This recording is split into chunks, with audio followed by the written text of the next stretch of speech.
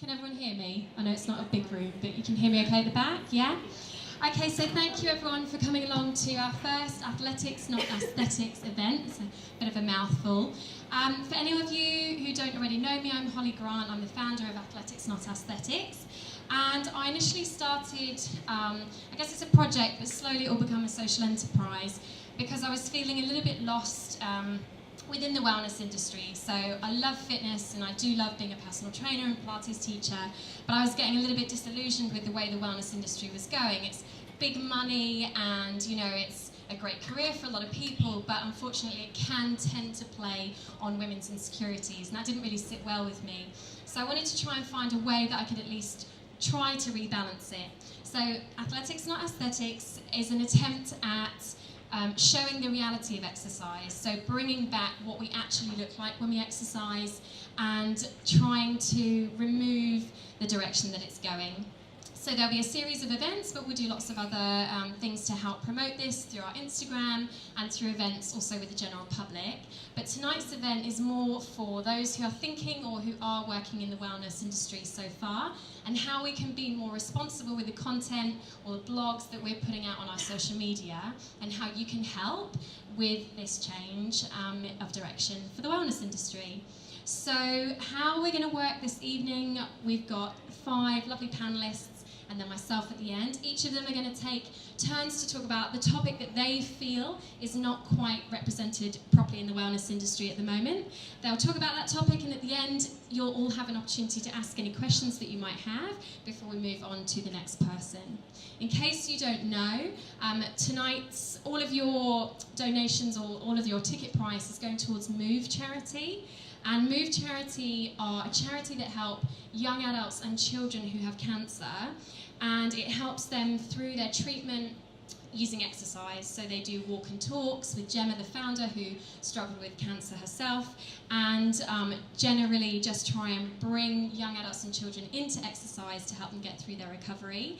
And I know some of you have donated some clothes as well this evening, which is great. If you didn't manage to bring any along and you do want to in the future, feel free to let me know.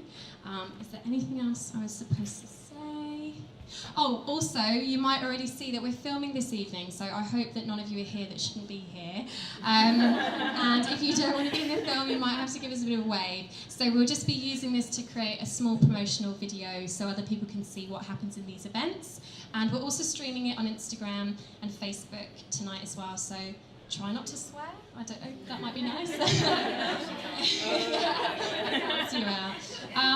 So I think that's everything I needed to say. So we're going to start with Laura Thomas. They're each going to introduce themselves as well, because they'll be much better at it than I will. So, hey everyone, welcome. I guess we're doing this. I'm going first. So for those of you who don't know me, my name is Laura Thomas, and I'm a registered nutritionist and certified intuitive eating counsellor. I'm the director of the London Centre for Intuitive Eating. I have a podcast called Don't Stop My Game. Some of you might have heard it. If not, check it out. We're on a little season break, but we'll be back soon. So I guess my topic is about sharing, or not sharing, I suppose, triggering content, or content that could potentially trigger your audience. So maybe just so we have a better sense of who we're talking to, who would say that they have a little bit of a following on Instagram? Don't be modest. Like, come on. Even if you don't, even if you have one person who isn't just your friend, right? Like, does anyone have someone who's like a stranger follow them? Okay, so I think we can probably all agree, right, that we have responsibility to protect our audience no matter how small they are. And so I guess even if you have like a relatively small audience at the moment and you're trying to build that, then maybe some of what we talk about tonight would be helpful, as you build that audience. And so being a registered nutritionist and an intuitive eating counsellor, a lot of the work that I do revolves around disordered eating and helping people build a healthier relationship with food, with movement, and with their bodies. And so many of the clients that I see in clinic, not that this is the only cause of what's going on with them, but a huge part of it is that they've seen and been influenced by things that they've read on social media or seen on social media that's been misleading, that has knocked their confidence and their self-esteem, and has ultimately led them down the road of disordered eating behaviors and in some cases eating disorders. Some of you may have caught wind of this, but there was a study from UCL last year that followed people who were following #healthy eating. And they found there was, I think the sample was about 700 people who were really active on that hashtag on Instagram. They also looked at it on Twitter, but the results kind of mostly only held for Instagram.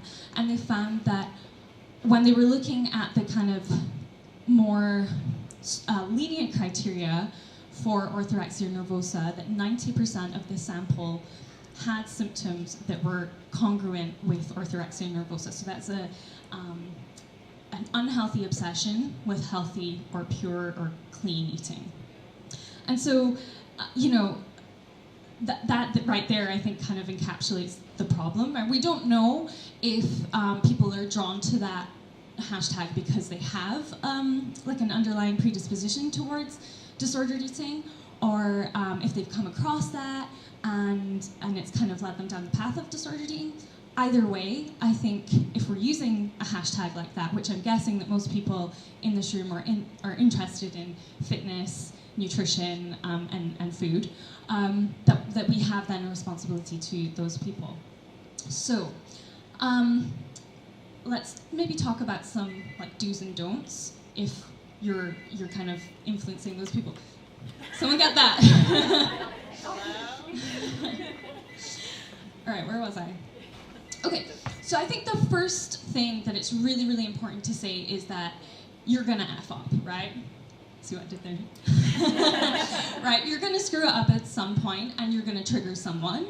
And so, I'm still learning, all of these guys on the panel are still learning. Like, I got a message from someone the other day saying I used a word that they found triggering. Like, it's fairly inevitable. Ooh.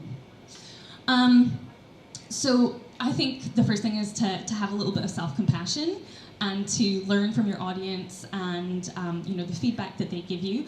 And I think the second piece of advice I would have is to really get to know your audience. Like, find out who they are, find out if they might be susceptible to eating disorders and disordered eating or body image issues. So sometimes I'll periodically check in with my audience and like ask them questions and take little straw poll things. This keeps cutting out. All right, I'll keep going. So that's the first thing, or that was two things, I think. You're gonna mess it up. You're also, get to know your audience, find out, if you are potentially colluding with an eating disorder, disordered eating voices. And I think we have to keep in mind that we're kind of bombarded by diet culture all the time anyway. So it's really, I think, important to think through the difference between the intention of your post versus potentially the consequences of your post. So everyone is putting messages out there that are really well intentioned and you want to help people. But at the same time, as we've seen with sort of diet culture, is that or the sort of hashtag healthy eating or clean eating or whatever it is, that there are potentially negative consequences of that. So the National Eating Disorder Association has some really great guidelines. They're an American organization, has some great guidelines on how to talk about food and bodies online. So one thing that they recommend is not to share any numbers. So people with eating disorders are really, like, their brains will light up like little fireflies with numbers. So I would really strongly suggest not sharing any calorie counts, macro counts, sins, points, steps. Yeah, that's where I was getting to. Like any, even miles run sometimes can be really, if you have a vulnerable person, they will compare to what you're doing. In terms of the food, like pictures of food that you're sharing, like who shares pictures of what they eat? Yeah, okay. So I think what's really important, and I think I know some of you guys in the audience, and I know you do this really well, is that you will share a wide variety of different foods, so you're not just promoting one way of eating or like a restrictive way of eating. For instance, there's been a huge trend towards veganism lately, and I've noticed, I've had a lot of people in my clinic saying that they're seeing a lot of stuff around veganism on social media, and they're picking up on that, and you know, where it might be helpful is just sharing recipes and things, but it can also, again, collude with disordered eating or an eating disorder, and it can be kind of used to be a socially acceptable way of guising an eating disorder. So what I would suggest with that is just say, like, hey, I'm vegan, this is my choice, you do you, I'm not putting any pressure, don't share any like scaremongering tactics or like weird facts about pus and milk, that's not a thing. You know, so being very conscious if you're promoting just, you know, if you felt like, personally I am vegan, but I don't push that, people. I don't know what's happening there, it keeps cutting out. Okay, how much time do I have left? Oh, okay, all right, okay. Let's see, what else have I got? So yeah, also in terms of the language that we use to describe food, I think this is a really important thing. So avoiding anything that creates like a food dichotomy, like good, bad food, or clean, unclean, dirty, I guess, natural, processed. Like, these are not helpful labels when it comes to food, and they're actually, you know, really judgy and moralistic. And then what can happen is that people who are or aren't eating in a particular way can kind of embody that, or sort of internalize that label, you know, which sounds like a bit weird, but Kimberly's a psychologist, she'll tell you all about it. but people will kind of, you know, determine that they are good or bad based on the food that they've eaten that day, if they've had a good day or a bad day.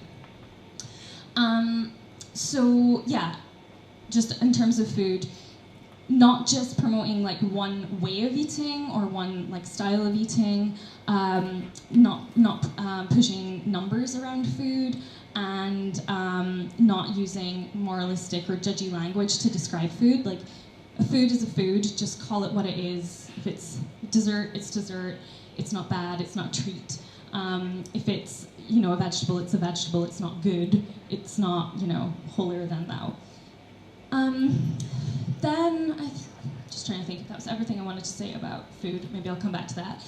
But in terms of bodies, so things that we post, when we post pictures of ourselves, I think it's really, really important to consider our body privilege. So what I mean by that is, are we young, thin, white, able-bodied, cisgender, straight? There are a lot of us around. Does the world really need to see more of us? And that's not to say, sorry,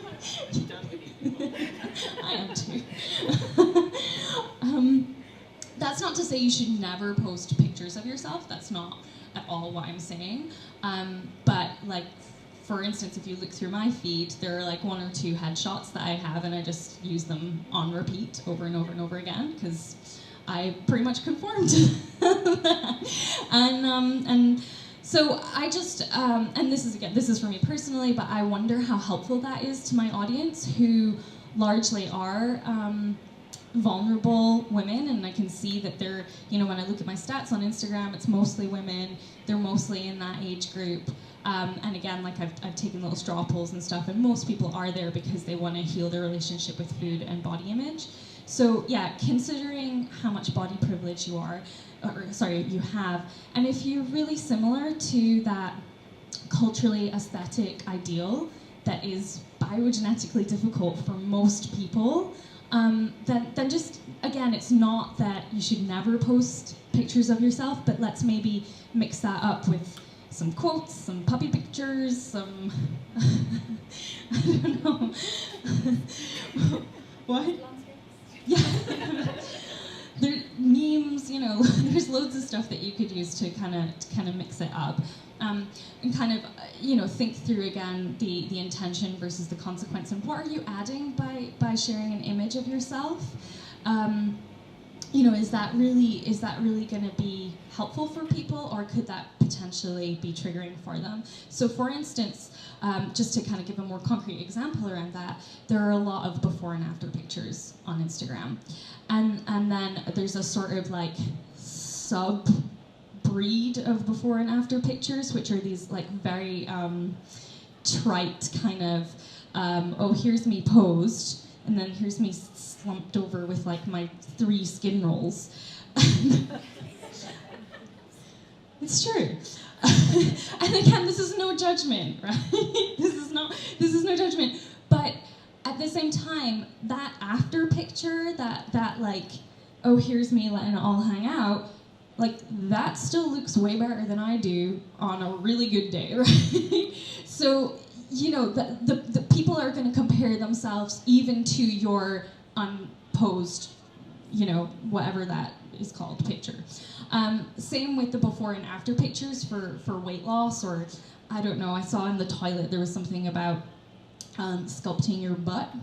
If you go to one of the classes here, or they're going to kick me out. They already hate me, it's fine. So, yeah, like if you're showing a picture of your butt before and after, or your whatever it is, your body before and after, you're effectively body shaming your old body. And then think through how many people's bodies look like your before body, even after they've, done a lot of working out and, eating healthily, which that's a whole other conversation. But yeah, so really think that through.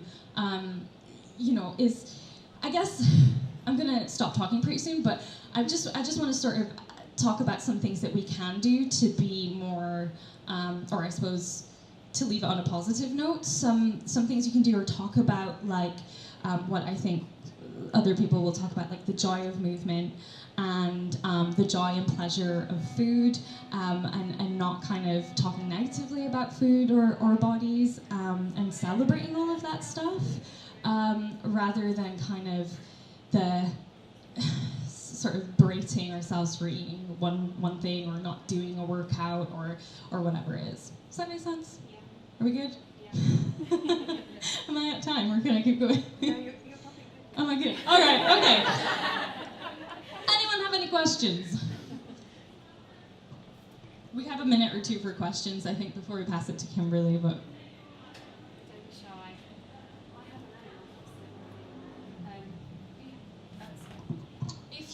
If you are a little bit nervous to put your hand up and ask a question now, or you just think of it later on, there will be some time when we've all spoken to ask questions again. And also at the end we'll be mingling around if you want to ask us like a private question. But does anyone want to be brave? Yes, Vanessa. Big loud voice.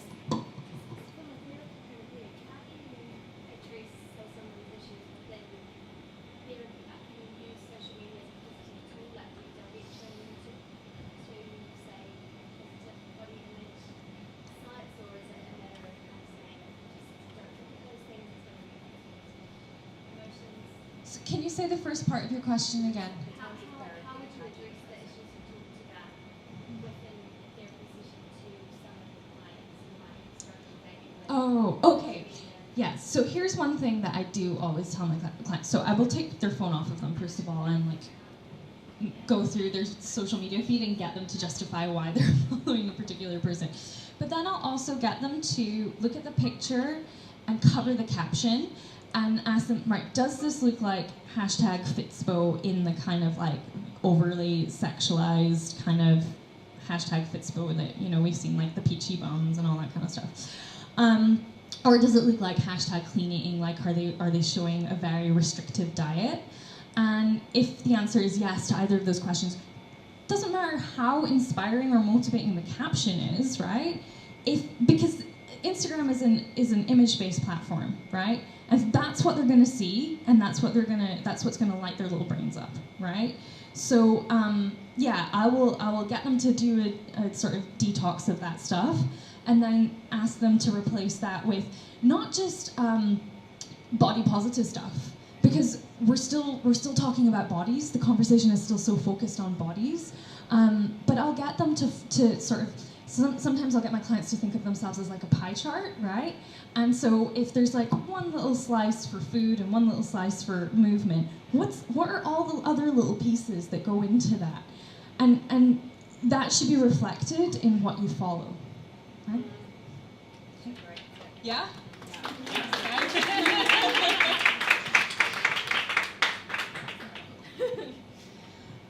Hi, I'm probably not massively familiar to all of you. My name's Kimberly Wilson. I am a childhood psychologist, also former competitive baker. I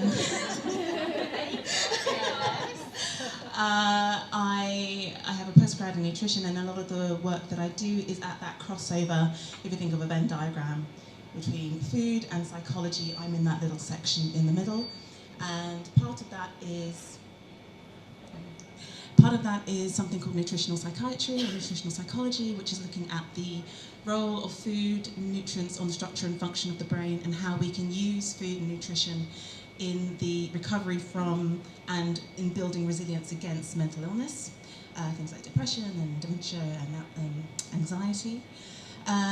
The other side is looking at people with problems with food. So partly that might be people who hoard, people who have strange behaviours around food, so people who steal food, for example, as well as disordered eating and eating disorders, so binge eating, bulimia, anorexia, and everything in between. So people who are overly restricted, for example, but don't fall into that category yet. They don't hit all the criteria to have a diagnosable eating disorder. So food and psychology, that's who I am on socials, food and psych. And I guess my way into wellness is through that. So when Laura's talking about the pie chart, what else is within that pie chart? And the question being, what do I think isn't part of the conversation around wellness is mental health. And I would very much like for there to be a much broader awareness amongst content creators around their own mental health as well as the mental health of their followers. So my way in was really realizing that when I was seeing young clients, I see a lot of young women with eating problems, and they would come to me and they'd be telling me about how they couldn't eat this, they couldn't eat that, they had to exercise every single day for 3 hours. Where are you getting these ideas from? Oh, well, this blogger, this person, somewhere on social. So I took it as my responsibility that I needed to know what my clients were struggling with in order to be able to best help them. And that's when I got on social media a lot more, in a much more organised fashion, in order to be able to see what they were seeing so that I could be in a better position to be able to challenge and tackle some of the unhealthy and untrue things that they were believing or being told from some of the accounts that they were following. From that, I realised there was a lot of misinformation out there. It was very, very worrying. We did a conference called Wellness, What's the Evidence? And we got a bunch of people together, including Laura, to talk about the evidence behind a lot of the information that was going around wellness and giving people the opportunity to kind of myth bust and look at what the truth was versus what are the rumours that people, sometimes well-intentioned, were just repeating and regurgitating without challenging and looking critically at things. So I'm big on evidence. And one of the reasons for that is because I found out in some of my research that 90% of young people trust the health information that they see on social media. And that's massive, right? Social media, Instagram in particular, has become a health resource. When people are ill, when they feel unwell, when they have gut issues, when they feel depressed, when they have anything going on, they will turn to Instagram for their health information, and they will trust what they read. And that's a massive responsibility. And it has a huge impact. And I guess one of the things I want people to understand, I guess there are two things I want to raise here tonight. One of them is, of course, that you might look great, you might have sculptured abs, you might have a peachy butt, but there is no health without mental health. It doesn't matter how you look, it doesn't matter how glossy your life looks. If you feel utterly miserable, if you feel inadequate, if you feel like you have to restrict your diet or exercise excessively to feel good about yourself, if you feel like you're in a constant state of comparison of your life with somebody else's perfect showreel life on Instagram, then that's not what I would consider health. And so I'm really inviting people to have a much broader description of what they consider health to be and what wellness should mean. one thing that happened recently, for example, and I guess, you know, I see the very pointy end of wellness. I take that. I have a very skewed sample. I see the people who, you know, most people are absolutely fine, and they'll know, you know, not everybody's having a green smoothie at 6 a.m. before their spin class, before they have this awesome job in media, you know. Most people can realise that that's not the way, but there are some people who are vulnerable, and they're looking for answers, and they're looking for them in their social media influences. And I was reading Tally. So Tally put a post up a few weeks ago saying that she was having a rest day. This is excellent.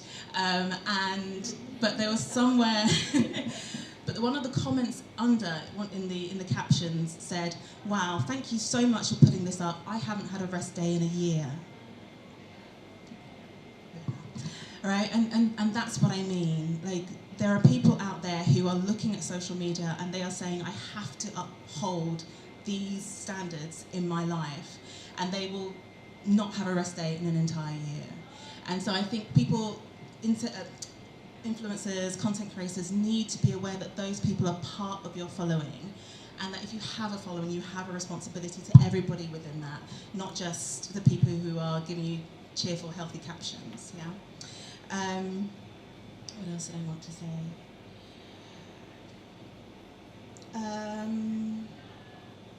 Yes, so what I was seeing was a lot of people using social media to justify their anxieties. And so what was happening was that someone would come in and, for example, I can't eat anything sweet anymore. I can't eat bananas, I can't eat peanut butter, I can't eat any kind of fruit. Why is that? Oh, because it's sweet. And if it's sweet, it's got sugar in, so it must be bad. And, you know, this is off the back of I quit sugar and all of these kind of sugar reduction challenges that go around, you know, let's quit sugar for a month.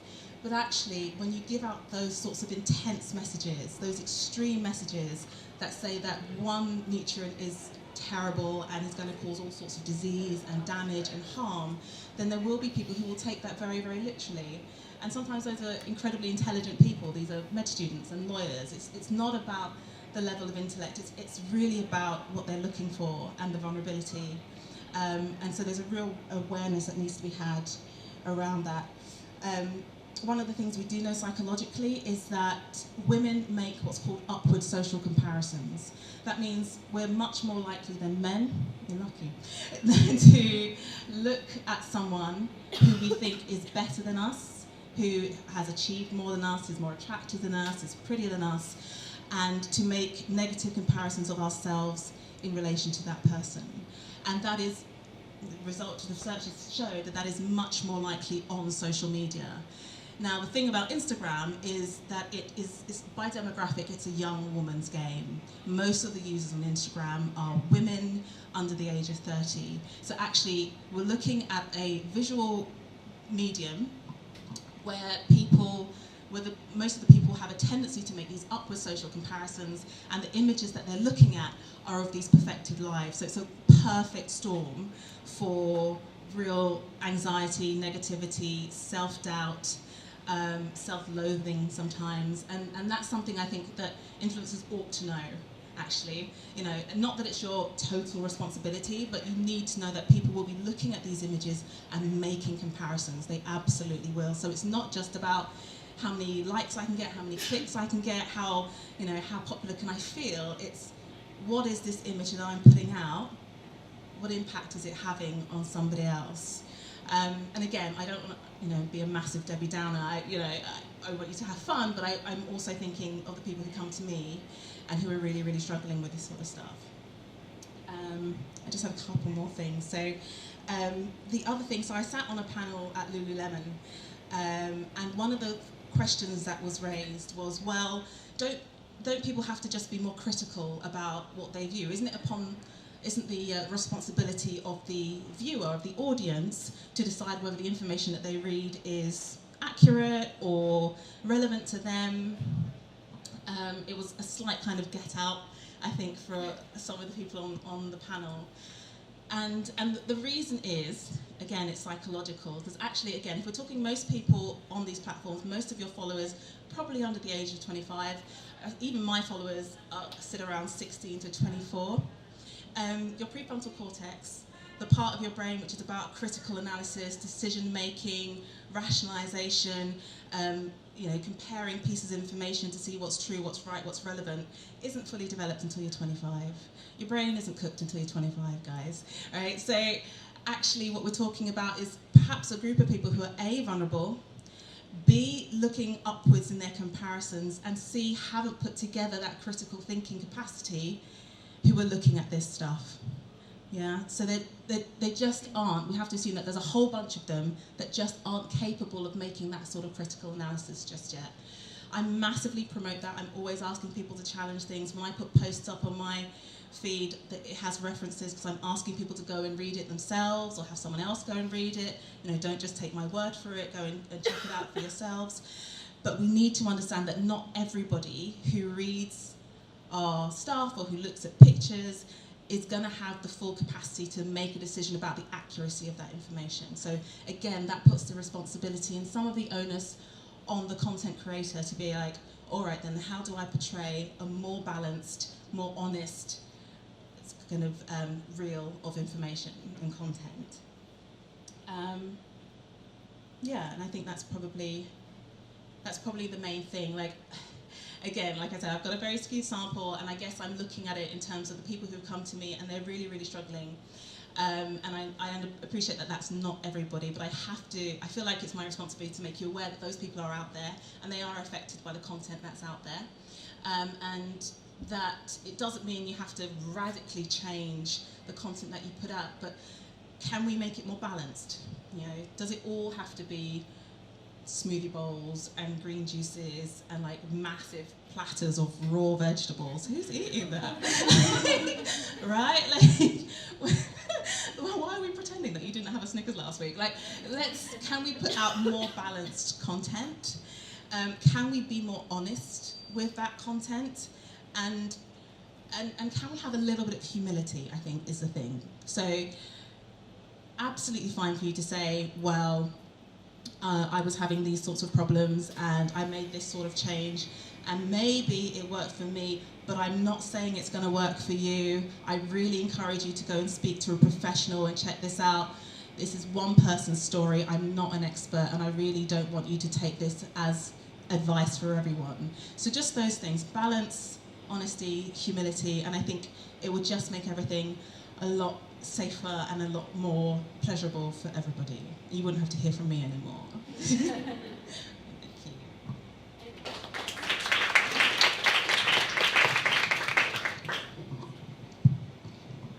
Yes, Gary.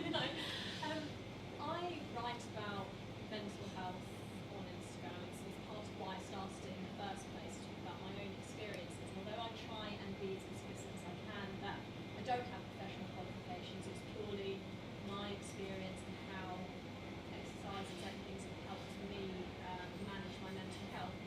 Obviously, you do have people in the audience that will come to you and say, "Wow, this is great, I found this helpful," but I also do often have vulnerable people that may DM me and say, "I'm really struggling right now." And I often find it difficult to know what to say because I'm not a clinician, I'm not a doctor, and I can advise them to speak to a professional, but beyond that, I've never really known how to approach people to not make them feel that I'm ignoring them, because if you are in a difficult place with mental health, to feel isolated obviously is one of the worst things. And I'm really sort of asking for advice in a way as to how to be able to connect with them and speak to them in a way when I'm not leading them down a path that may have been correct for me but would be wrong for them, but so they don't also feel ignored. Yeah, no, did everybody hear that? Yeah. Good question. I think you do exactly that. You be honest. So first of all, there's the recognition of them reaching out is the first thing. That's how you let someone know they're not ignored, is by not ignoring them, right? You say, "Thank you for reaching out. It sounds like you're having a really awful time, and I think it's really important that you've spoken to someone." Yeah, that's the first step. So a recognition that they're struggling, and also that they've done something good by reaching out. And I guess it's poignant that today is International Suicide Awareness Day, and that reaching out is something that's really hard to do, and we recognise that that's a massively courageous step. So that's the first two things. So recognise their feelings, recognise that they've reached out, and then just say, look, exactly as you said, I'm not a professional, and what I want is for you to have the best help for you. And I'm worried that if I give you any advice that it might not be right for you, and I wouldn't want that to happen. So I encourage you to go to these resources and have a list of resources. In fact, on your memo in your phone, have a list of resources, and then you can just copy paste and send that directly to that person. Yeah? All right. Anyone else? Oh, yeah. So I work in pre and postnatal. I work in pre and postnatal, and I have realised that I've got only my clients follow me, and I like that because I know then I have to be very conscious about what I say, but I'm also aware of the sorts of people that they follow. And every now and again I see, particularly in that world, you're so vulnerable post-baby or being pregnant, knowing myself with body image, what you should be eating, how you should be raising, and with exercise. How can you call people out that you see giving, and I am qualified, so when I see people giving unqualified information in a way that doesn't make me sound like a dick, but also make them feel like I'm shaming them, because I think it's important to present people when they're, and I definitely know I've made loads of mistakes, and clients will say, that made me feel a bit bad, and you're like, sugar, I shouldn't have done that. But how do you call people out if they have a really big platform and you don't feel that they're responsible?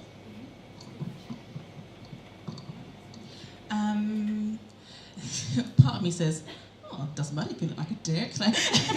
But no, we'll be kind.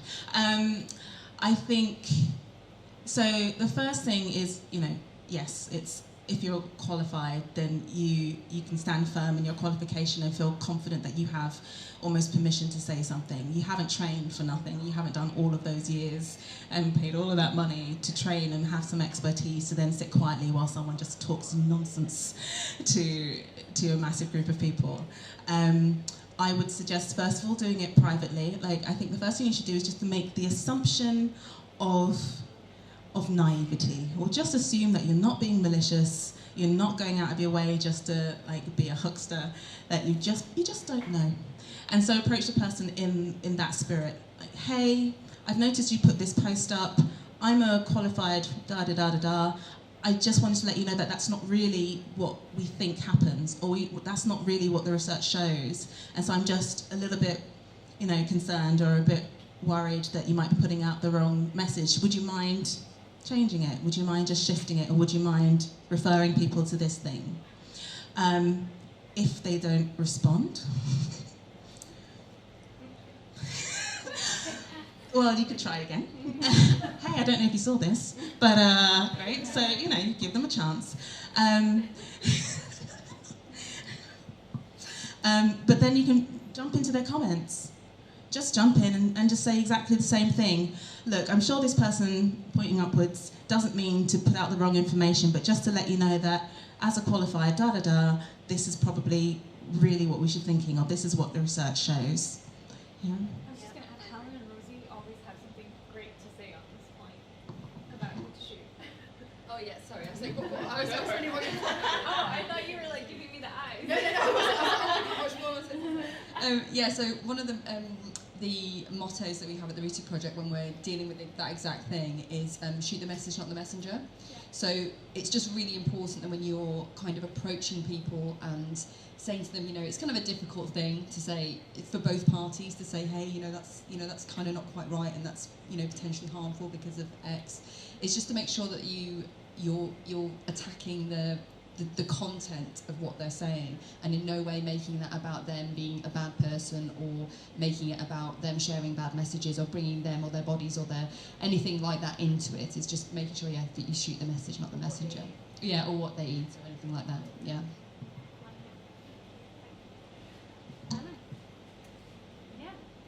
Can I ask a question?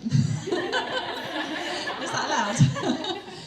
So as a non-nutritional expert, or I don't have any clients, that's my disclaimer for a start. So I'm interested as like a normal member of the public.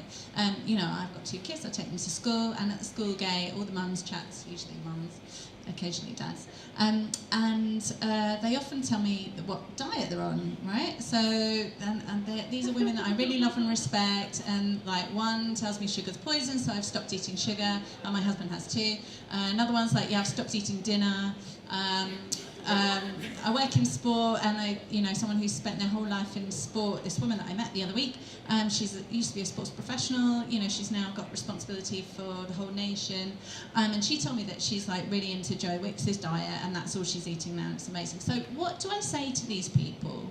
I don't want to stick my nose I don't want to stick my nose into their business. Like, do I just say nothing, or what can I say that's help? And also, I don't know, because I'm not a nutritionist, so what do I say? I think there are a few different things that you could do depending on how much time, energy, and effort you want to put into it. You could, kind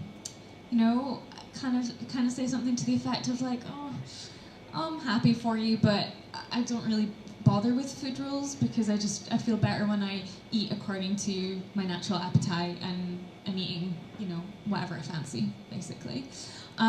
You could get into a whole conversation about how diets don't work and they're entirely futile. That's kind of a dick move, though.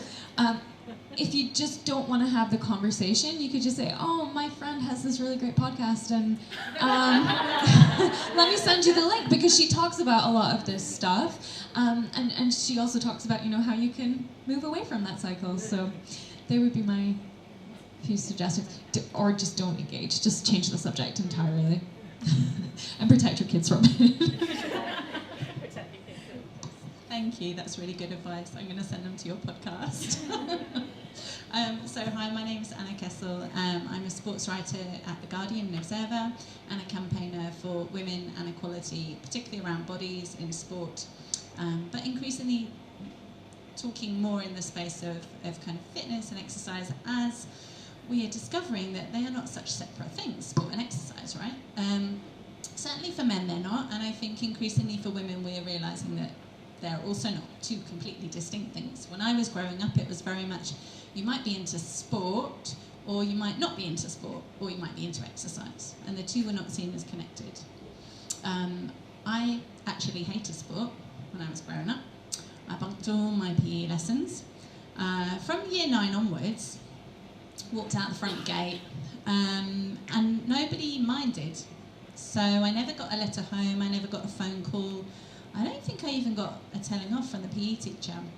And I once tried it with maths, and all hell broke loose. So I pretty quickly got the message that nobody cared if I didn't go to my PE lessons, but they did care if I went to my proper lessons. The message around sport and women and girls when I was growing up was, and I think unfortunately still today, is that there's like a sporty person, and that's a very narrow definition. And it's also quite kind of offensive in its definition. It tends to be that you're a bit of a tomboy. I hate that word, but people still use it. You're quite masculine. On the other hand, you have exercise, which is all about beautifying yourself and making yourself look a different way. So these are the kind of stereotypical ideas that we have around our bodies and movement that I really want to challenge. And that's what I wrote about in my book, which I think half of you have, and half of you have got Hollies. So that's pretty cool. I think a really good place to start to tell you a bit more about my journey is this Serena Williams story. Has anybody seen what's happened? Okay, lots of nods. So for anybody who missed it, US Open, women's final, Saturday night, Serena Williams was playing Naomi Osaka, and it was adjudged by the chair umpire that her coach was illicitly coaching her from the sidelines, which is quite a common thing in tennis. Anyway, so he penalised her for it, and she took it as being accused of cheating, and she lost her yeah? And she got really, really angry and really ragey. And then it just continued. And she accused the umpire of being a thief, and she said, I want an apology, and you stole a point from me, and then he took a game off her. So then you stole a game off me. And it, arguably changed the outcome of the match. Now, why does this matter? Well, within hours, the whole thing was all around the world. Even people who were not interested in sport, not interested in tennis, were talking about what was happening with Serena. It went beyond whether Serena broke the rules, whether the umpire should have punished her, whether he should have given her a verbal warning, as often happens to male peers in the sport. This whole discussion about whether men and women are treated differently in the sporting arena, which there's a lot of evidence to say that they are, and certainly that's how Serena feels. But the kind of coverage that began to be generated about Serena descended into really, really disturbing heavy stuff. So this morning, there was a cartoon in the Herald Sun in Australia, in Melbourne, yeah. Some of you may have seen it. It's been flying around social media, and it's an image, a drawing of Serena in a really disturbing, racialized, racist way, portraying her as grotesque. And it's all about her physicality. So it's not just her facial features, which are particularly sort of something out of the 1950s, civil rights era. But she's portrayed as really, really masculine, really kind of oafish, and ugly, quite frankly. On the other side of the net is Naomi Osaka, who's a beautiful young woman. She is black, she's Haitian and Japanese. And she has been drawn as a white woman with straight blonde hair, which is really strange. There's been a lot of commentary about this cartoon, but I think the story that this cartoon tells us is about the way women's bodies are allowed or not allowed to exist in a certain space. And Serena's body has long been very, very problematic for people in sport. She's been accused of cheating because she's muscular. She's been accused of being too manly. She's also been accused of being too feminine because she's got big boobs and she's sexy. Of course, people also call her ugly and all the rest of it, and it's this particular brand of misogynoir. So why am I telling you this story? I'm telling you this story because I think it kind of symbolizes the way that we have we create a very narrow space for who can exist in the public eye as a body, right? Which bodies are acceptable and which bodies are not acceptable. And the ones that are not acceptable, the lens that we see them through is so distorted, as depicted in this cartoon. When I look at Serena, I see someone who's just an amazing athlete, an amazing feminist hero of mine, and of many millions of other women, and a really, quite frankly, beautiful woman who I find really inspirational. And I do not recognise this image that is out there of her. And yet, all the mentions in my social media are telling me, well, that's actually quite accurate. I don't see what your problem is with the cartoon. That's how she looks. That's exactly how her lips are, how her nose is, how her body is. And so what I would love you all to do is to challenge the kind of imagery that has been out there for years and mix it up.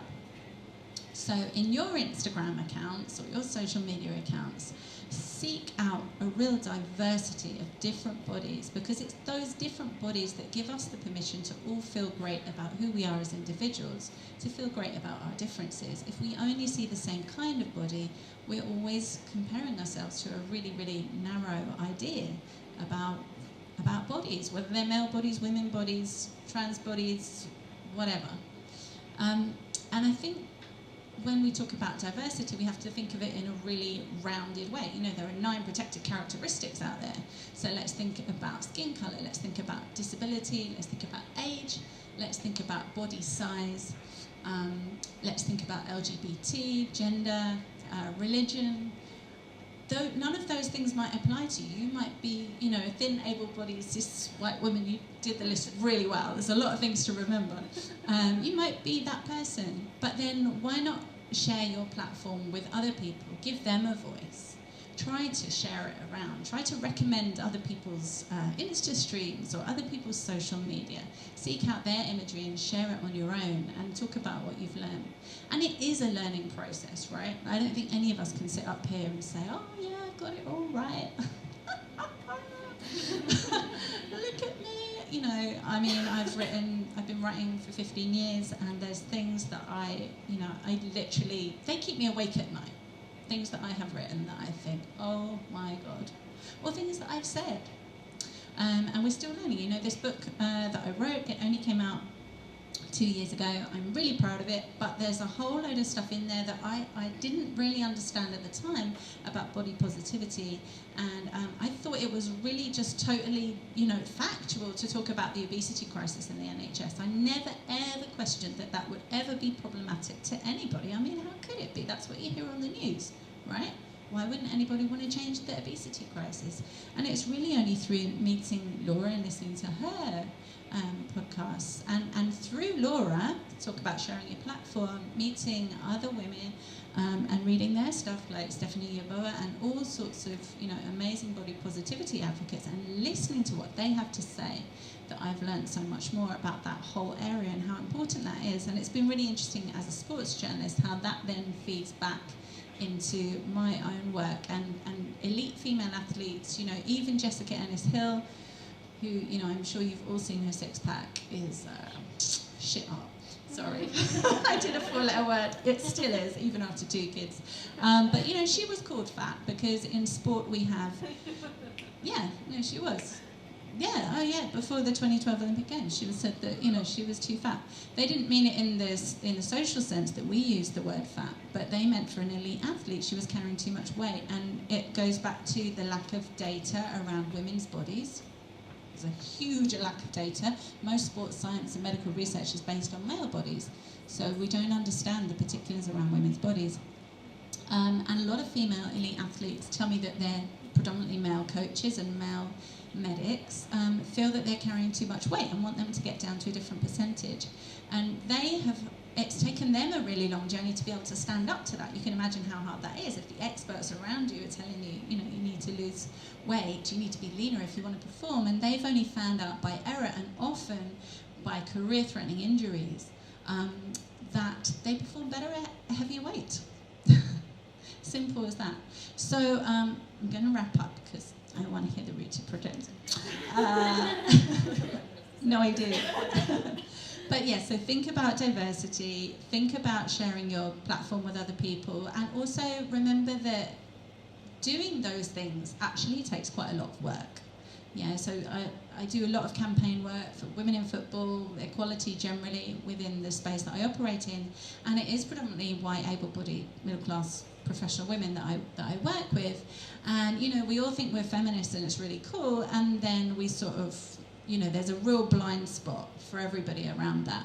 And people are kind of like, oh, well, you know, if it's not there, like if the person isn't there to apply for the job, then that's why there aren't many black people as sports journalists. Or, you know, those kind of arguments.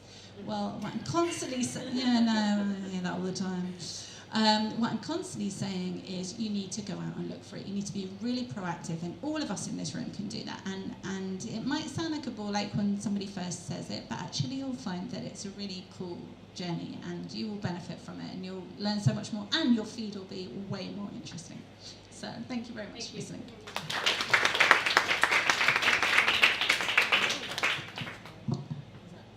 All right. No, I just want to add it because I thought you were going to talk about this. This is fantastic because it saves me from having to do it every time. But, you know, I've sat on a lot of these panels, Lululemon, Balance, here, there are a couple of others. And I've spoken about it a little bit on my pod. I'm going to talk about it a little bit more. But there's something very interesting about the demographic of audiences at events like this.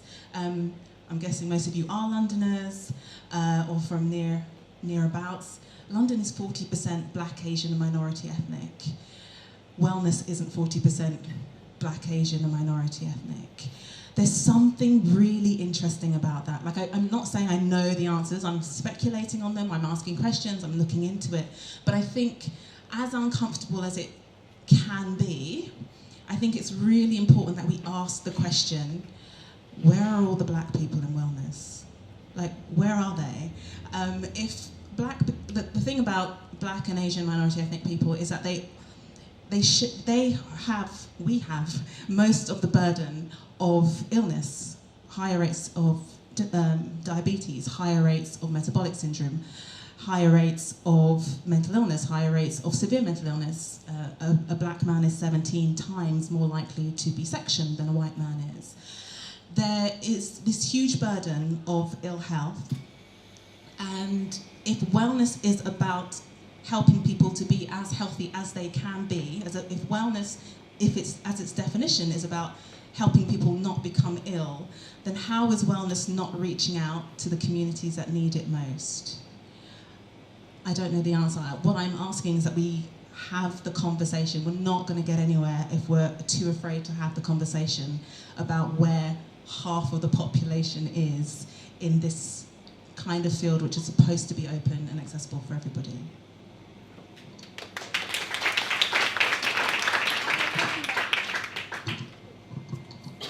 So this is a question about Anna. So the wellness industry can at times be very heavily feminine, but also quite highly sexualized, and I don't always feel that that's working in women's favour. Ooh. So how can we make sure that we're moving the wellness industry or fitness or sport, or it should kind of all be under the same umbrella, in a feminist direction and not going backwards? Yeah, well, we have the same problem in sports journalism. So there was this survey of elite British female athletes, and they said almost 70% of them said that they felt the British public valued their looks over their achievements, so their looks over their medals, which is ridiculous. And that's a direct result of the kind of imagery that we're putting in the national mainstream media.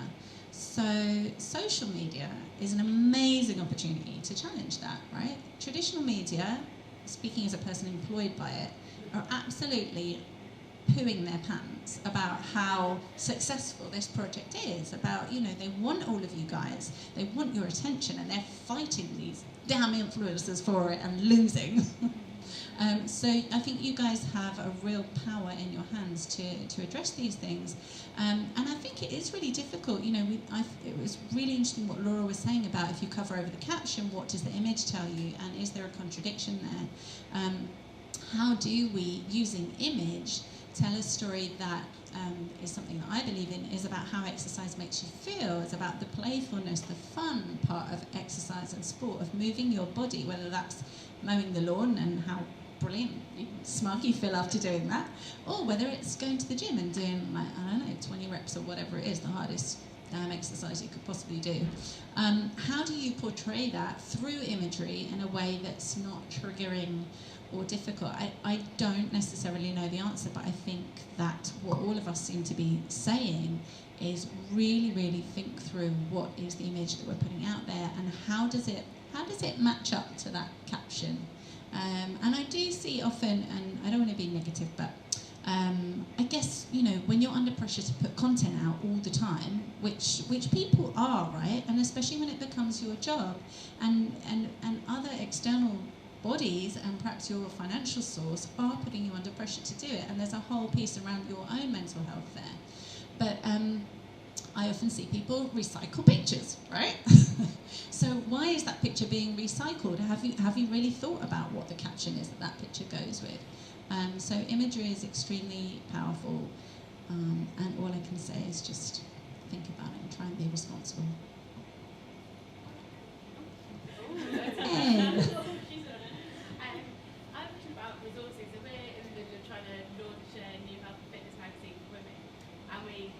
Her move. Check it out. Spot the sales. And a real big thing is all about making sure that everything we do is real, relatable, and responsible. And our biggest challenge we found has actually been sourcing imagery. So any image that you see on our Instagram, so I say it's got about 2 hours minimum worth of both of us going through Shutterstock or do like anything to try and find images.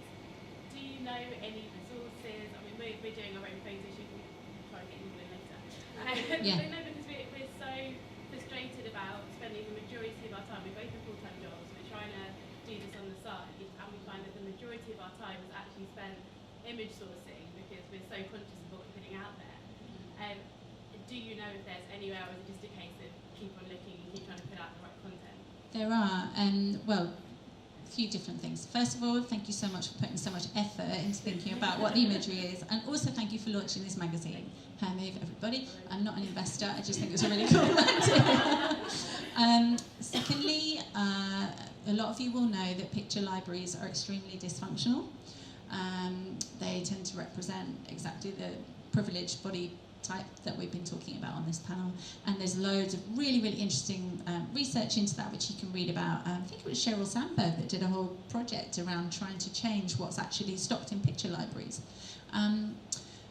Finally, I don't know about women generally just being active and movement, but I do know that Getty Images have partnered up with the Women's Sport Trust to create a free-to-access library. Have you got details of that? I've actually got in contact with the woman that ran that. She hasn't got back to me.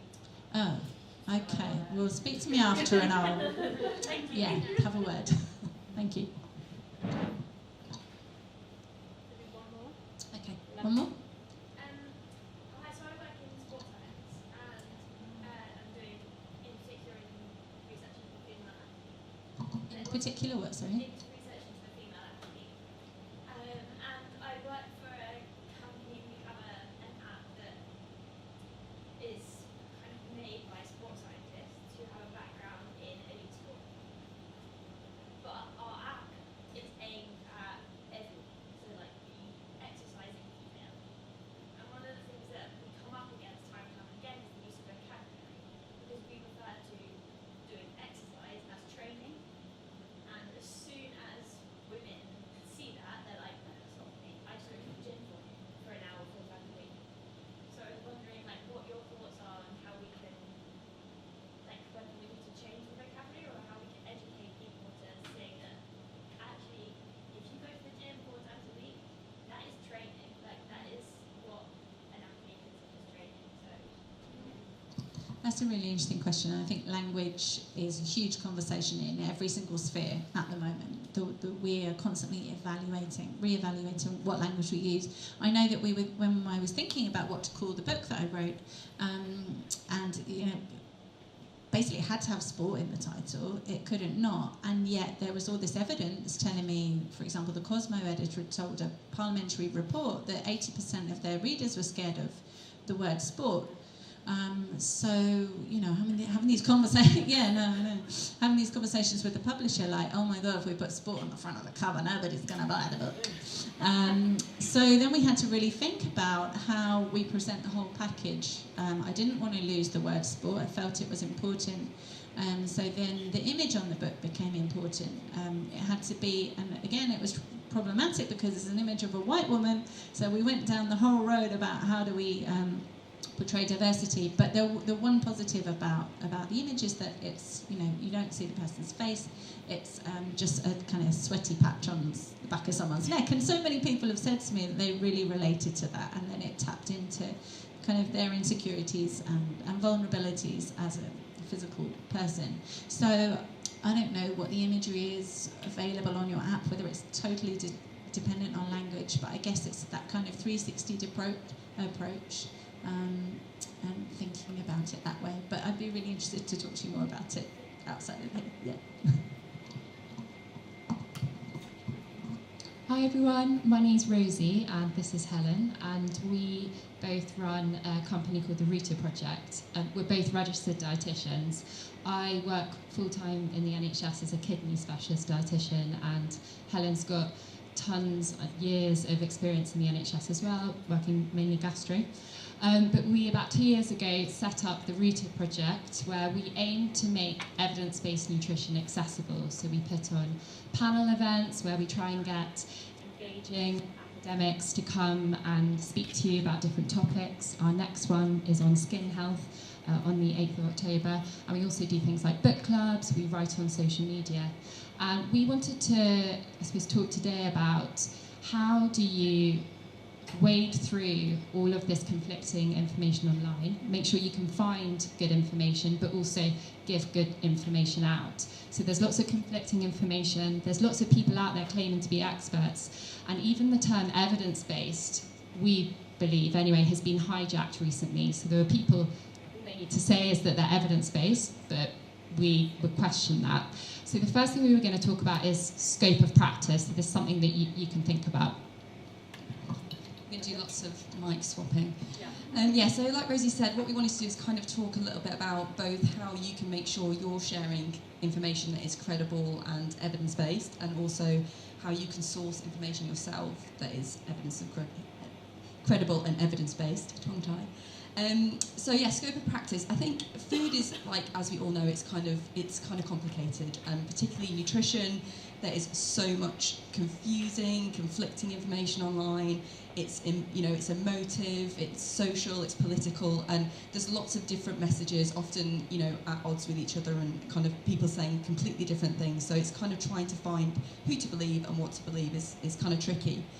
So from a scope of practice perspective, you can think of this in two ways. Obviously, ourselves, the information that we're sharing, we all have a limited knowledge of eating, and that doesn't mean that you can't talk about food, doesn't mean you can't talk about nutrition, but it's making sure that you kind of know your own limitations of what you do know about food and nutrition, and that you're really, really clear about what you're sharing is either your own opinion or your own experience, and actually what is evidence-based. So finding people who are credible online is also quite tricky. As Rosie said, evidence-based nutrition and evidence-based in general is a term that people use kind of willy-nilly these days. It doesn't mean much. So the first thing to think about is obviously qualifications. Who is the person sharing the advice that you're reading online? And if it's nutrition information, it really needs to be coming from somebody that has a background in nutrition, preferably a registered dietitian or a registered nutritionist, or somebody that has a master's in nutrition, or a good kind of grounding in nutrition science is the first thing. And the thing to remember with that as well is that even titles, so things like personal trainers, doctors, that kind of, these people, and I know there's some personal trainers in the audience, will all have a limited knowledge of nutrition. They'll be perfectly within their comfort zone to share certain information. But when you're making health claims and you're making statements or directing people about something, you really need to be confident that you know what you're talking about and that what you're saying is grounded in evidence. And that actually goes for people that have titles and qualifications too. So one of the things that I would make sure when you're looking even at people with titles, so even people that are registered dietitians, even people that are registered nutritionists, even doctors who aren't trained in nutrition but talk about it a lot, is making sure that the person is appealing to evidence and not authority. So when you see something, when someone's making a claim, is that person saying, trust me, I'm a dietitian, trust me, I'm a doctor, or are they saying, this is the reason that I'm saying something, and this is the evidence that backs that statement up? And the second part is really, really important. There's so much, and I've seen this even within our own profession, of people making claims and then their justification for that claim is, I'm a dietitian, I'm a doctor. And it just is not good enough. So that's the first thing. And the second thing is just to remember as well, particularly on social media, it's and we all get sucked into this, is just remembering that just because people have a lot of followers, that doesn't correlate with a lot of credibility. So it's just being a little bit mindful of what that person's qualifications are. And sadly, often the people that have the least knowledge about something tend to shout the loudest. And this is something we talk about a lot, isn't it? In science, it's called the Dunning-Kruger Effect. So people that have very, very little experience or knowledge of something tend to be really, really confident about their statements. So they tend to be really black and white. There's no shades of grey. And in nutrition, there is lots and lots of shades of grey. So that would be my first tip. And also, if you are not a nutrition professional yourself, but let's say you have a blog or you're a PT and you want to talk about a particular topic, just collaborate. It doesn't mean that you're weak and that you're ignorant. Get out there and perhaps go on Twitter, find a nutrition professional or an academic and befriend them and collaborate on something and work together. And that might be something that you'll be able to do on a regular basis in the future. And also, you might be able to utilise that friendship that you make if you just want to signpost a client in the future. So you can say to that client, I'm really sorry I'm not an expert in this area, but I'll pop you an email tomorrow and try and signpost you in the right direction. So you can then speak to that nutrition professional and they can let you know what to say to the client. Shall I do next one? So we were next going to talk about, information quality. So if you are sharing information, So let's say there was a news story you wanted to share. Was that a single study that was on mice? We're not mice, we're humans. Or was that a robust clinical trial, like a meta-analysis, which is this type of trial that takes together all the trials that they consider to exist and put them together in a sort of the mothership of all studies? I think an area that would be good to look at for more information on this would be Sense About Science, examine.com. So has anyone not heard of examine.com before? So examine.com have a page on lots of different areas of food and nutrition. So you might want to know about turmeric or curcumin, for example. You can go onto their page and they have developed a sort of grade of evidence for that particular nutrient. And it might be that curcumin, some people claim, is anti-inflammatory. And they will let you know what the grade of evidence is for that claim. That also let you know how much or little is recommended to take of that supplement on there. So that's a good place to look at. And what I'd add to that as well is, particularly with the kind of evidence-based being hijacked kind of thing, something we see a lot of online is people sharing single studies and then not signposting to where people can find more information. And that's something that's really, really important. So a single study in science tells you literally, nothing. Without context, without knowing anything else about what the wider evidence is in that area, on its own it can tell you very, very little.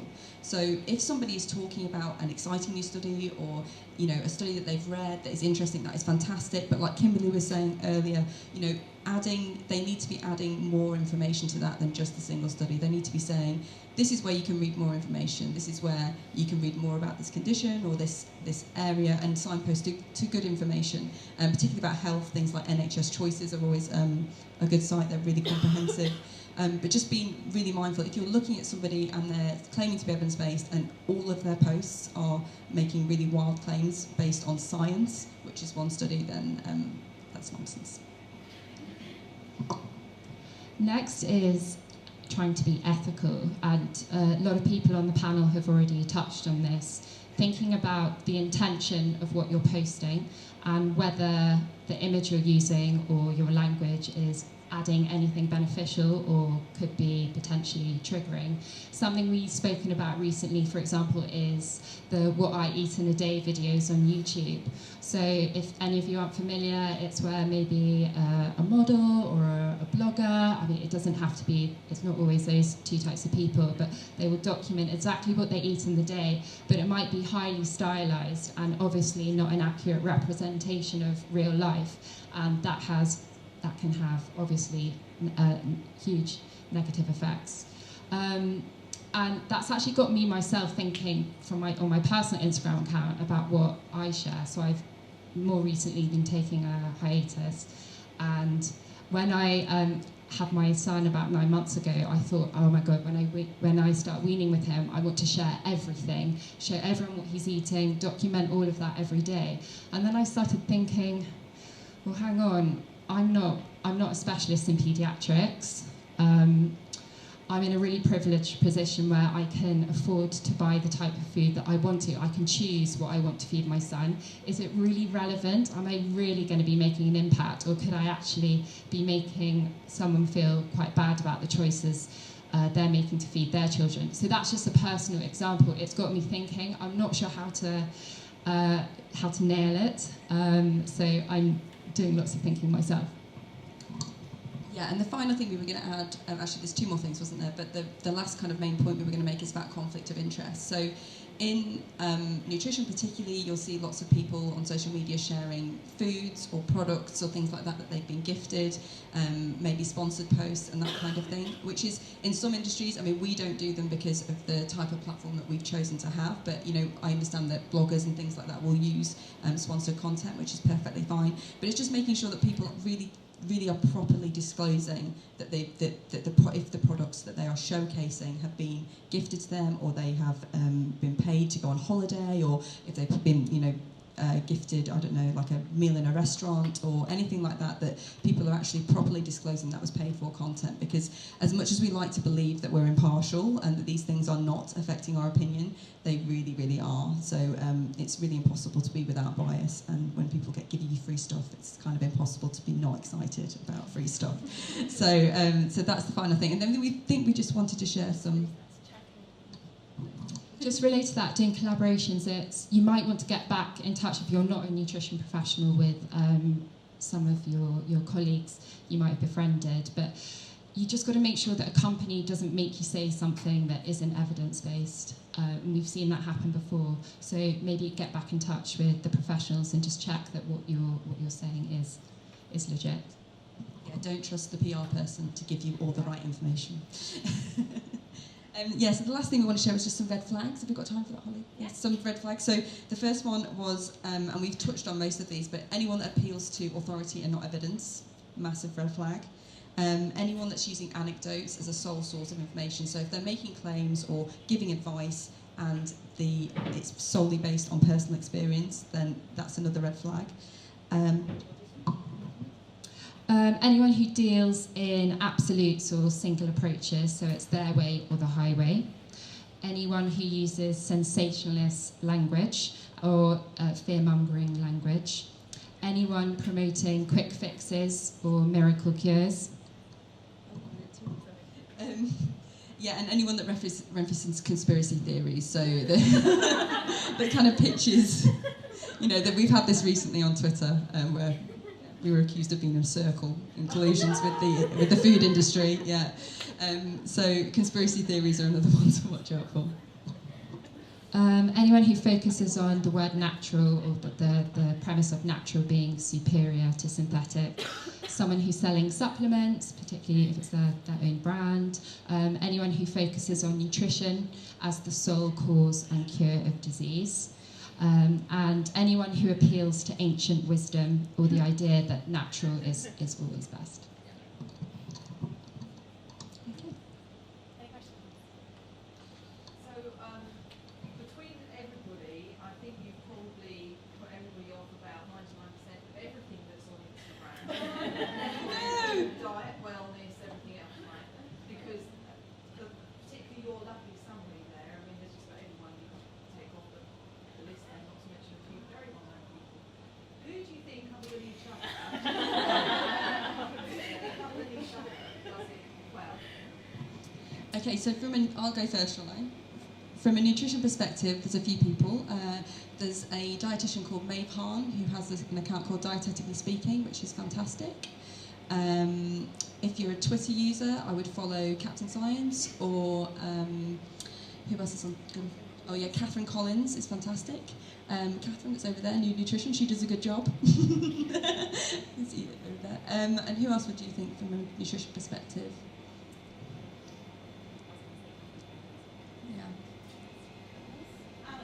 I was going to say Alan. If you really like science and technical stuff, there is a nutritionist called Alan Flanagan, who is the nutritional advocate. He's very, very sciencey, so he's quite high level. But if you're into the geeky stuff, then I definitely would recommend Alan as well. Yeah. So obviously slightly different from my angle, but sports journalism is not very diverse, not very responsible. And so you kind of have to look to a lot of the women who have been traditionally marginalised, but I think what's really exciting is they're starting to grow in their voice. So there's an amazing collective called the Burn It All Down podcast. They're based in the US. It's a group of 5 women, all from completely different backgrounds. Their pods are really funny, and they also they have a laugh, but they also discuss the issues of the day. And it's those kind of collectives that are really interested in sharing other people's experiences and voices. So it's not just about hogging the stage, which I think is really important. In terms of kind of more big brands or organisations to follow, organisations like the Women's Sport Trust that are trying to give a wider platform to women's sport across the board, not just the women's sport that's deemed sexy or attractive. I think they're really egalitarian. And what I've been really cheered to see is the growth of new women's media, so like Refinery 29 and the Pool Stylist, and the direction that they're taking, and the increasingly diverse writers that they're using as well, I think is super cool. So, you know, it's interesting, the whole Serena thing, it's mainly been white women that have been speaking, or white men, mainly white men, and some white women talking about it. And I think what this new media is doing really well is recruiting more diverse voices. So there's a few suggestions. I'm really rubbish because I'm kind of quite new and I don't really follow anyone. I think in terms of mental health, also there aren't that many mental health practitioners out there because we're all quite secretive. We stay in our rooms a lot. But I would suggest the Mind Medic. The Mind Medic, Dr. Sarah Vora, is very good. In terms of the microbiome and the gut-brain axis, Dr. Megan Rossi, who is the gut-brain doctor, are all stars. Let me have another think and see if something comes to me. I was just going to keep it really simple and say, look at all the guests I've had on my podcast. Don't salt my game. They're great to follow. These guys have all been on, in fact, and Holly. But there's some great suggestions in there, I think. Would it be helpful for you guys if, after the show, I got a list from these guys of all of the people they recommend and emailed you all with the list? Yeah? Just so that you guys aren't so on the spot. We can probably take one more question for these guys and then we'll do the last one.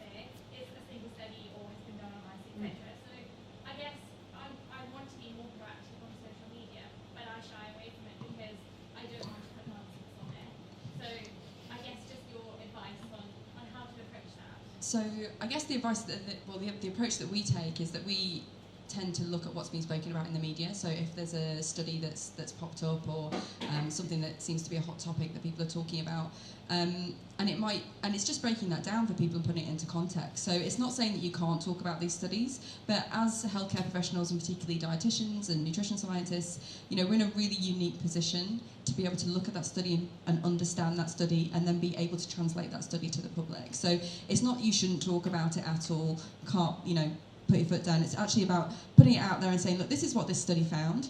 This is what it means in the wider context of this information, and just highlighting to people the nuance, because I think something we try and do quite often is saying to people, look, we don't know everything. You know, nutrition is a really, really new science, and it is definitely a really imperfect science.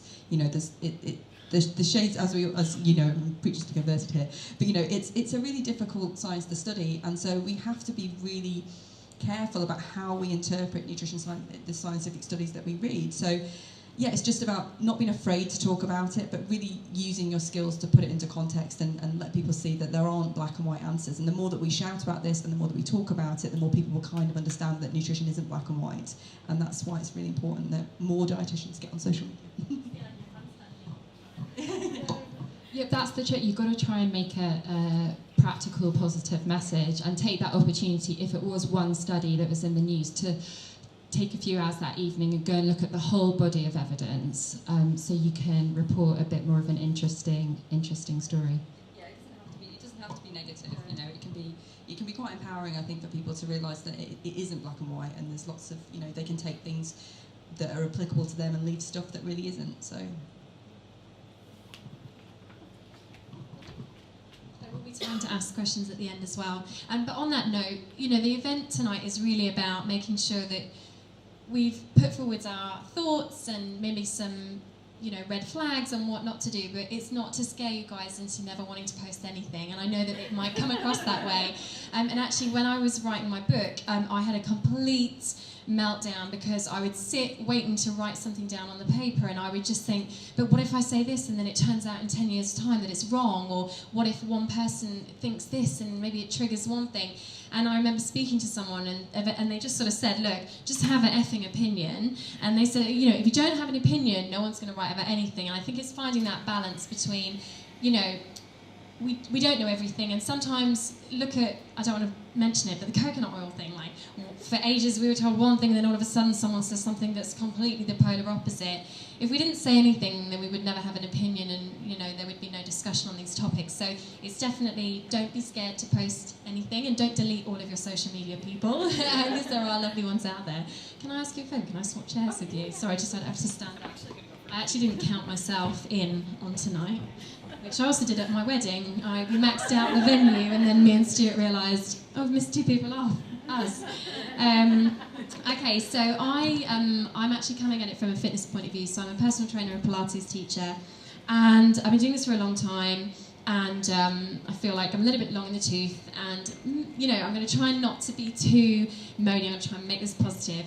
But the fitness industry is booming, and more people are going on social media to try to get free expert advice. And we can't all afford to go to the gym, we can't all afford the most expensive classes, but what if we could follow the person who teaches those classes and train like them and look like them and eat like them, when actually the reality is that our followers are not us. They might have full-time jobs, they might have children, they might not have the same disposable income as us, and so actually we're almost slightly misleading them if we're telling them, if you eat and train like us, you will look or be as strong as us, because we're very different people. So I think it's really important in the fitness industry that we make sure that we're inspiring people, and we're not actually allowing them this sense of, if I follow this person and I see them training, that will give me the guilt and it will give me the kick up the bum that I need to go to the gym. I think sometimes we think that we might be inspiring people, but actually we're not. We're sort of shaming them, and so it's finding that balance. And actually, we need to make sure that we're tailoring our feeds so that it is an inspiring, inclusive, non-intimidating forum, and it isn't just making people feel bad. So I actually only had a few points, but then during this I've been writing loads more down, so I'm going to try not to spend too long on them, but they're just some of my thoughts of things that I have maybe seen or personally done as well that we should try and avoid. And before I forget it, actually, you guys talked about being careful if you ever do a competition with a company or an ad, being really careful. And actually, I'm going to be completely honest today. I once did a competition with a company that we use that goes in our online plan boxes. They're a lovely company, nothing wrong with it at all. But we allowed them to give us the text of what the health benefits were of their product. And because they know more than we do about it, I'm not a nutritionist, we just copied it into the article. And luckily there are people like Laura Thomas keeping one eye open who privately messaged, and like the question you had earlier on, she DM'd me and she just said, just a heads up, I know you're normally really good on this, but one of the claims within that text is actually not right. I think you should remove it. We removed it, we moved on. And so that was you. And so actually, yeah, it's being okay with listening to that DM and not taking it personally and being like, you know what, yeah, I effed up, but I'm going to change it, and then we can move on. So we've all done it, okay?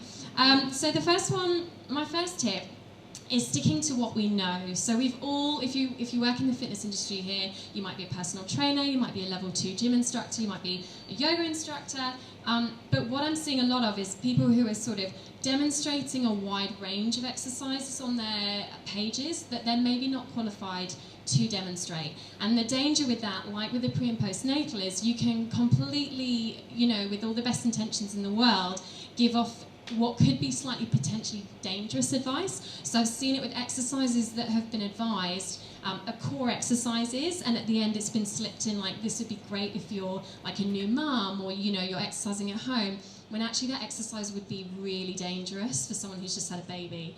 So it's making sure that you, and I know Tally, you use this phrase, staying in your lane. if you are a Pilates teacher, don't demonstrate a yoga exercise. You know, if you're a PT, don't demonstrate a Pilates exercise. And then we can all stick to what we know, and we can refer people. You know, if a client comes to you and says, I need stretching out, and you know they want to do that for an hour and you're not a yoga teacher, then maybe you should refer them on. We need to remember that our followers are not us, so they don't have the same strength. They might be stronger than us, but they might not as well. They don't have the same bodies as us. I'll give you an example of, again, where I messed up. This isn't going to be the theme for the whole night. But me and my husband, we moved in with my father-in-law, so his dad, a while ago, and I had a spare reformer machine, a reform Pilates machine, that we put in the garage. And Craig, my father-in-law, really got into it, so I did a few sessions with him and he was loving it, and he started to get quite confident. Now, bear in mind, this man has rheumatoid arthritis, and I hope he's not listening, he's in his 60s. And one day I put an exercise on Instagram that is the most advanced reformer exercise you've ever seen in your life. Only to come home that night and Craig said to me, like, oh my God, I tried to do that exercise that you did earlier on, I nearly killed myself. And I realised I should put on my post, if it's a really advanced exercise, you've got to be careful, because there might be someone like Craig who is watching, I don't know why he watches my Instagram videos, who might just try that exercise at home and really F their backs up. So remember that the followers are not you, they don't have the same bodies as you, and you might just have to put a disclaimer of if you have bad back, maybe avoid this or what have you. We need to make sure, sort of touching on what you said actually as well, Kimberly, the whole point of working in the wellness industry, in theory, is that we want to make people more well. We want to make them fitter, healthier, maybe make better choices around their food. And the way that we need to make sure that we're accessing as many people as possible. And the only way to do that is to make sure it doesn't come across as intimidating. So if we make it too perfect, too clean, too clicky, too you must look, feel, spend perfect to be part of our crew, then that actually isn't reaching the wider public and it's not reaching the people we want it to. So we need to make sure that we're trying to come across, or we do come across, as unintimidating as possible, accessible and inclusive. So we need to make sure if we're putting advanced exercises on our feed that we're also putting beginners ones up, or like just some of the core Pilates rules or what have you. So we need to make sure that we are reaching out to everybody and it's not just the people who are already super fit anyway. And then another big one for me is that, so fitness has almost become like a lifestyle. Often if you ever speak to a branding person in the wellness industry, they'll be like, sell it as a lifestyle, you know, oh, it's a lifestyle. They want to see you going for coffee and, you know, having avocado on toast, and they want to see you going to yoga. And actually, so we're selling this lifestyle, but actually, let's be honest, it's not a lifestyle. Like, exercise is just moving your body a bit, and it isn't a lifestyle, it's just part of your life. Like, it's one small element. I think we run the risk, if we sell it as a lifestyle, that if you don't have the time or the money or the inclination to have it as a lifestyle, you kind of don't, you're not allowed in, you're not part of this group. So we actually need to step away from making it a lifestyle and just make it more normal again. Stop overselling it. It isn't going to fix people's lives. It's not going to make them, their ex-husband love them again. Like, it is just exercise. You might feel better when you've done it. Like, if you're feeling a bit low, it might perk you up. You might feel a bit sexy and naked, who knows? But it is just exercise, and there are health benefits over aesthetic benefits. Making sure that when we put posts up, we're not doing it from a place of it's going to be hard to say this without sounding negative, but trying not to boast. So not putting pictures up of like the most perfect back bend because you look great in it. Making sure that when you go to put that picture up, you think about, again, why am I putting this picture up? Because otherwise, again, it can just come across as a little bit intimidating to people. Protein in the fitness industry, can we stop talking about protein and gains? Like the other day I got asked on a panel, you know, is it right that you should eat protein as soon as you've finished exercising? And you know, I had to try really hard not to laugh, because what happens in the wellness industry is we put one thing on a pedestal. So, you know, at one point it was slow release carbs, and now it's protein, and God knows what it will be next. And actually, let's make sure that we put all food groups as just as important as each other. So Protein, yeah, we need to stop going on about protein. Magazines, I get asked all the time to write articles about like how do you lose weight really, really quick, or like what's the quickest way that you can burn fat in like 10 seconds. And I always push back at these magazines, and we talked about this the other day. I'll always say like, it's not really, no, I don't think that's very helpful, and plus you've written this article a million times, but how about you write an article about glute function and what happens when your glutes don't work? Because I'll be honest, you guys don't ever write about that. And they always come back and they say, oh, women aren't really bothered about that. And I'm not hearing that. Like in the studio, people are always asking, how can I get my glutes to function? And so it's, if we all keep pushing back, and if we all keep saying like, we don't need these articles, that's not what women care about, eventually they'll stop asking, and then they will start asking us for the interesting articles. But whilst we keep writing those articles that are about aesthetic gains, we're not going to get asked to write more exciting articles, if that makes sense.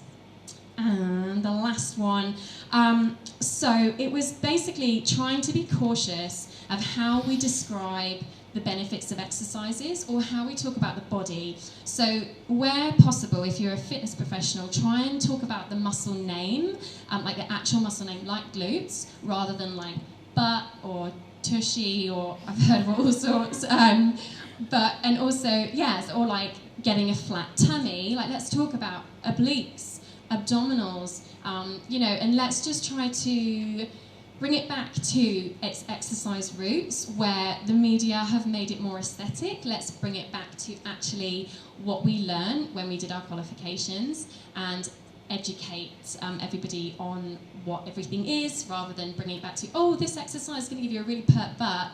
Like, let's say it's going to really help you with your glutes, which is going to help you with your knee function, which might make you run faster. So, yes, I think that is my rant over. Did anyone have any questions? Yes. Sorry, me again. This isn't a massive PR exercise for us, so... Is it about her move? Partly what we wanted to do with her move was exactly what Holly is saying, which is celebrating the benefits of exercise beyond the aesthetic and encouraging behaviours that build fitness for life, so moving away from the quick fix and anything that has a number, a 90-day or 12-week attached to it. But we can't ignore the fact that there are women that engage in exercise because they want to physically transform the way they look. So how do we communicate with them in a way that acknowledges and doesn't belittle what they want, but still being able to try and change the conversation to this kind of wider topic? It's a really good question, because someone actually mentioned it the other day, and actually it was on the podcast. It was someone called Laura, who Laura Hoggins, who I think she used to call biceps and bronzer, but now she's Laura Biceps. And she said the other day that she was saying, like, we can't get away from the fact that sometimes there might be some aesthetic gains that you get from exercise, and that might make you feel good, and it might make you feel a bit sexy and naked. And it's true, and I think what we need to do is start reframing it. Like, there will be those people, and we get a lot of those types of women come to the studio that will initially say, like, I want to look better in my clothes, or I want to lose a little bit of weight. And we will just slowly try and re-brainwash them. And by constantly bringing it back to, like, oh, yeah, that's great that you feel like your jeans fit you better, but also, did you realise, like, when you first came here, you were running at 10 kilometres an hour, and now you're doing 15 kilometres an hour. So I think it's making sure that we aren't only talking about the aesthetic benefits. It's great if someone does, you know, exercise and then they do feel sexier or more comfortable in their clothes. Like, that's never going to go away, but it's just making sure that we are balancing it out with all of the other amazing benefits, like the mental health benefits, like the function, performance, you know, yeah, it's just trying to write more about those, and slowly we might get away from all of the aesthetic goals and plans. Anyone else any questions? But they can be to anybody, they don't just have to be me. Oh, yeah. A what question? Possibly an annoying question. An annoying question, yeah. Yeah, so guys suffer from this stuff, right? Like that picture of Chris Free, I don't know which page it was, the naked Chris Free. I mean, but I was those guys for serious games of cycling who want to get their body fat below 5%. And I know there are guys who desperately, there was a guy I used to work with who was the most annoying thing. He used to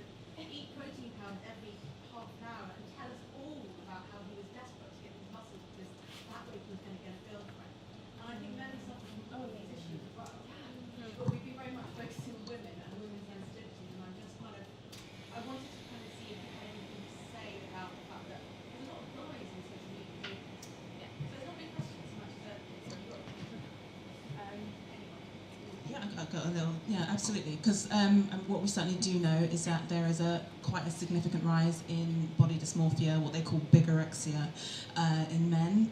There's a huge rise in steroid use in men, and we think, I did a post a few months back called the Love Island Effect, and actually it kind of seems like it might be true that the kind of presentation of a very, very narrow aesthetic is really having a very significant effect on how people feel about their own bodies, particularly men when it comes to things like steroid use and building muscle, men's health, shreds, get the gains, torch fat, all of that sort of stuff.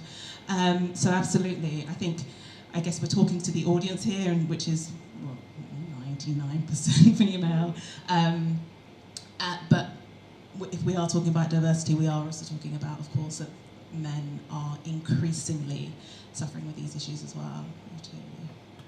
I was just going to add to that really quickly. I'm actually doing a podcast on male body image with a body image researcher from Australia called Scott Griffith, I think. Check him out on Twitter because he posts a lot of really good stuff.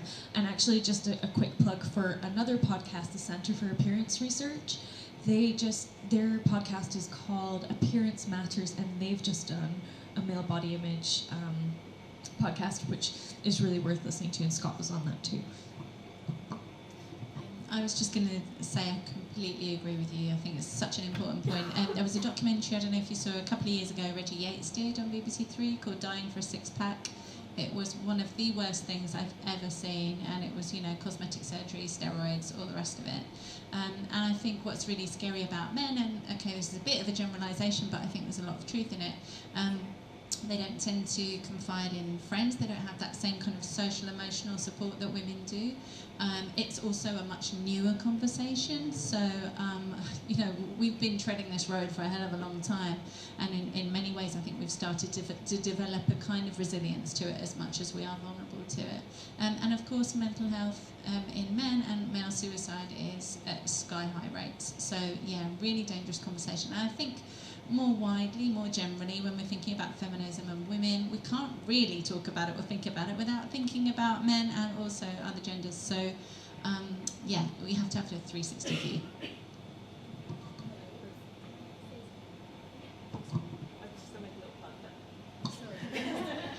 I was just going to add something on a different topic. Holly, you were saying trying not to be too negative, Nelly, and I just wanted to say that if you're not a nutrition professional, you definitely still have a really positive role you can play within the wellness industry.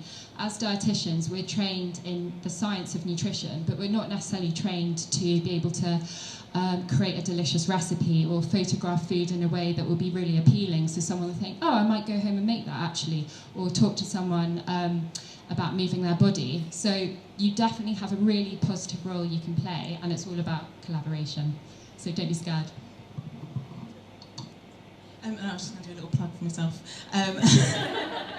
I've got a talk coming up at the end of November, which is all looking at lifestyle, the evidence behind lifestyle factors for mental health. So nutrition, exercise, sleep, 3 other secret ones, and how they all impact mental health, how they can build resilience. And if you're working in any of these areas where you're sharing health information, whether that's PTs, physios, nutritionists, just bloggers in general, being aware of the evidence and the mental health benefits of all of these sorts of things. So I think there are 15 tickets left for that, so come.